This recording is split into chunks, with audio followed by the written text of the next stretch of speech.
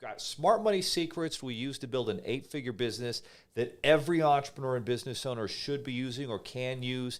It's worked for us. I think the odds are high they'll work for you.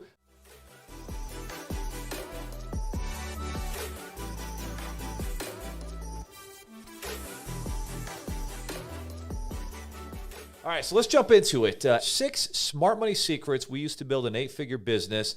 The first thing that we want to mention here is it's important. We've talked about this a little bit in terms of being fundable and strategies.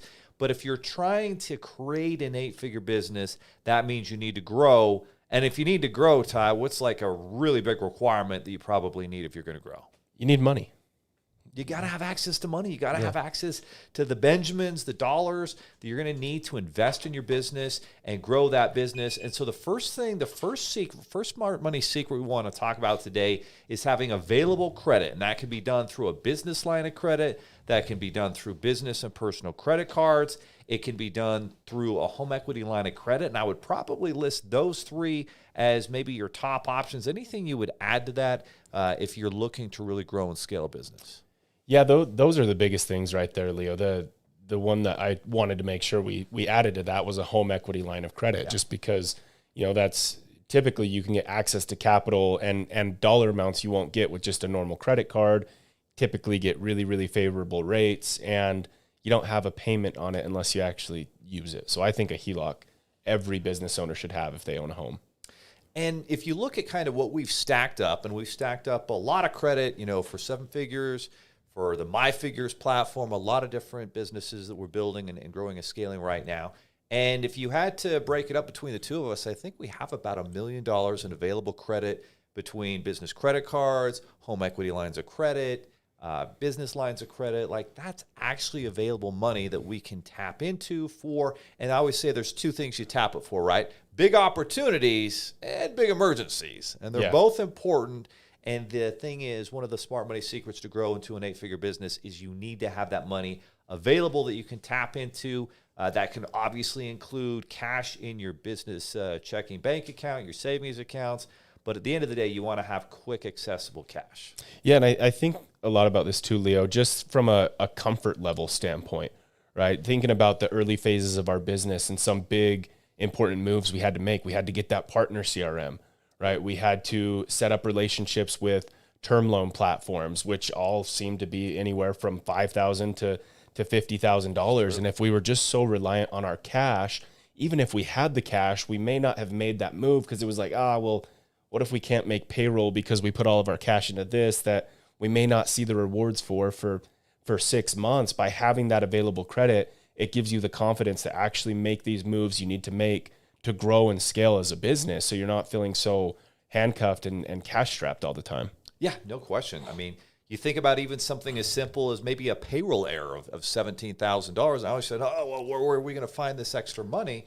And so these are like legit problems. Sometimes your merchant account gets locked up, and so you've got to have backup cash there. And then you've got to also have the backup lines of credit, business credit cards that are available for you to tap into in times of emergency, break glass. So that's number 1. Smart money secret number 2 is you've got to master your personal credit. Why is personal credit so important if you want to build an 8-figure business? Because it was always going to be a factor in determining whether or not you qualify for funding, right? I don't care if it's a business credit card, a business term loan, a business line of credit. They may not report it personally. Most times they won't report it personally, Leo, but they will look at that personal credit of the business owner and say, hey, is this someone that pays back their debts? Which I don't blame them, frankly. Ty, they're going to look at it with everything. If you want to run payroll and pay your employees, the payroll company is going to check your credit. You're going to need some type of insurance for your business. Guess what? They're going to determine if you get that insurance based off of your credit. If you want to offer health insurance to your team, to your employees, which is, you've got to do that if you're going to be competitive in today's world, they're going to check your credit. And so for every misinformation lie out there of, just build the business's credit. Well, yes, build the business's credit, but if your personal credit isn't mastered and in a good spot, and I would say 750 or better is where you want to be, then it's going to be tough. Oh, yeah, tough and very expensive. Yep. All right, number 3, we've got earn cash back for all your business and your personal expenses. A lot of people think, oh, use your debit card and, pay cash for all of your business expenses. But what you actually want to do, and we've got a great example of this, right? We started working with a company that was going to provide a software service for us.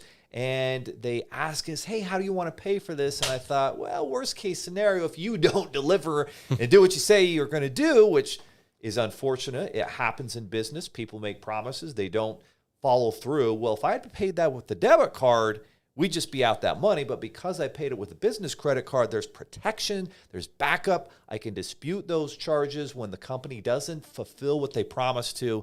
And now I've got a way to protect myself, as well as obviously all the cashback rewards that you get. I mean, you can rack up thousands, if not tens of thousands of dollars in just free cash back money. That's cash in your pocket you can use to grow the business. You can take your family on vacation just by using that for your business expenses and your personal expenses. Yeah, absolutely. And the thing a lot of people miss out on, I think it's just a matter of not knowing how to actually utilize it, or not even knowing that it exists, is the insurance that comes with these credit cards, which it always blows my mind. I wonder how much these credit card companies are actually paying these insurance companies to be able to provide it. But at the end of the day, a lot of these credit card nowadays, you get personal property insurance. You break your phone, you have a policy via your credit card company to go get a new phone. Someone steals an Amazon package off your front doorstep.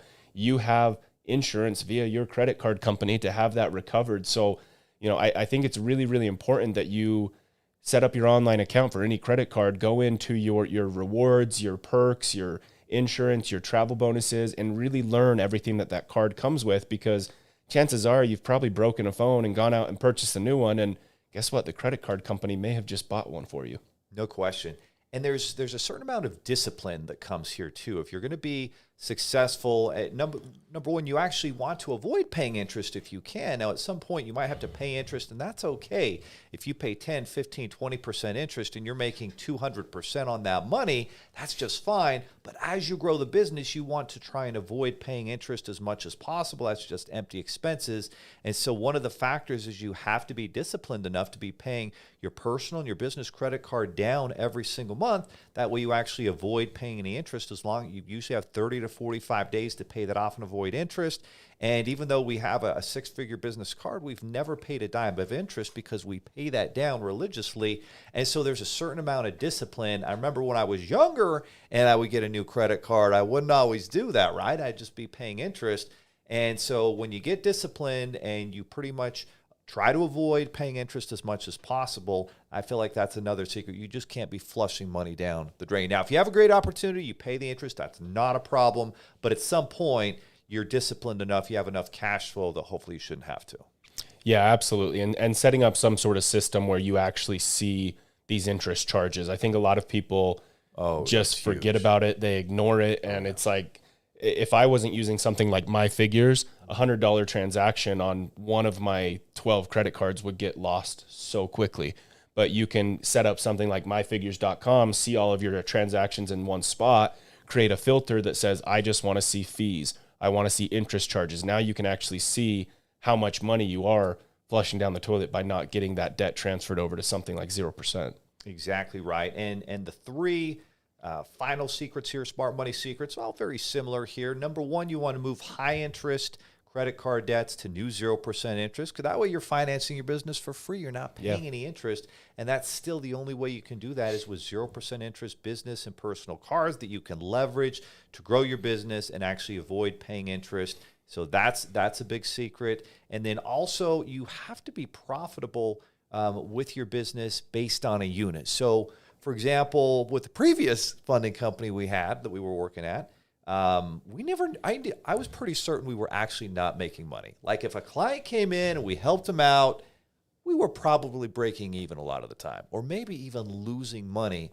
And so if one client comes in, and you're in a service-based business, let's say you're doing a flooring business, right? You have a flooring job. The client comes in. How much does it cost in advertising to get that client in the door? How much are your labor costs? How much are your material? And do you actually have profits left over to cover the business and earn a profit as a business owner? And if you don't know that per unit, you can get in trouble very, very fast.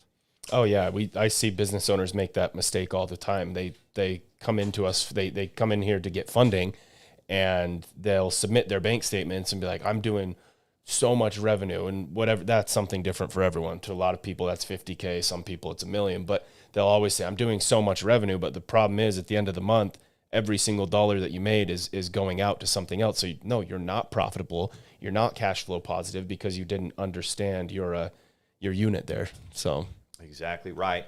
And the cool thing about the Money Manager and the app My Figures is not only can you manage all your accounts in one place, but the next iteration, you're going to be able to pay all your bills in one spot. There's going to be a funding section to identify, hey, you're paying high interest here.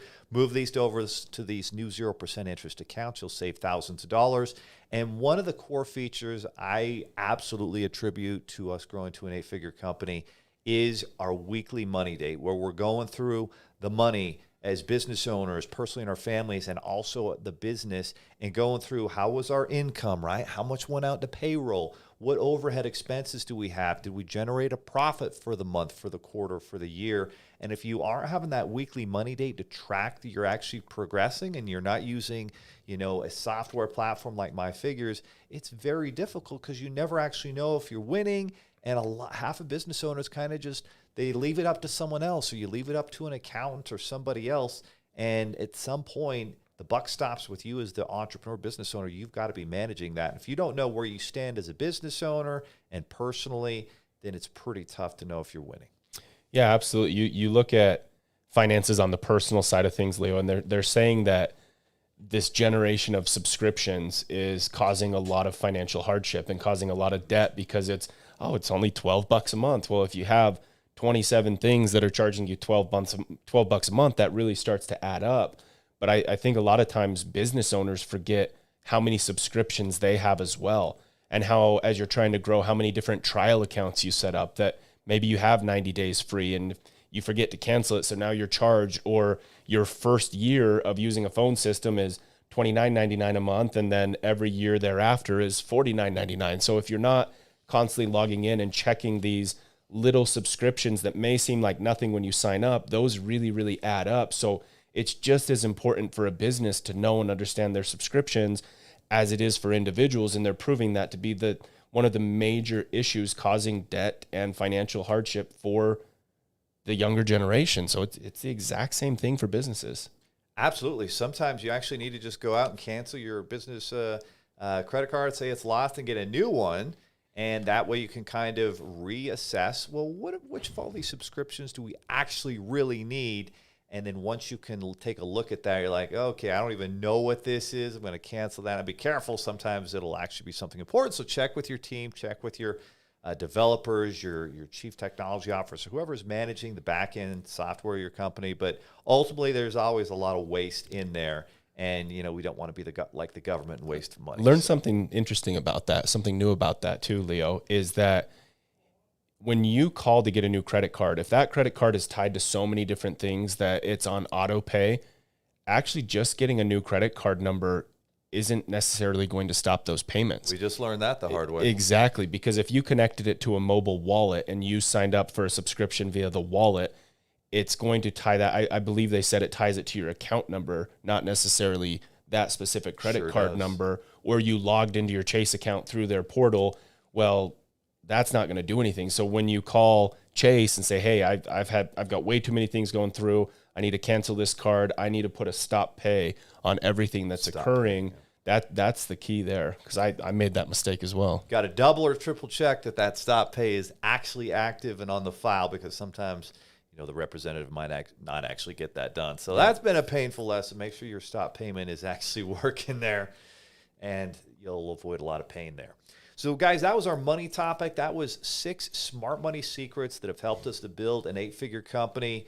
Will they help you? I think the odds are probably pretty high they will, but there's probably some other smart money secrets that you've discovered throughout the years. So share those in the comments so that everybody can take advantage of those and we can all incorporate more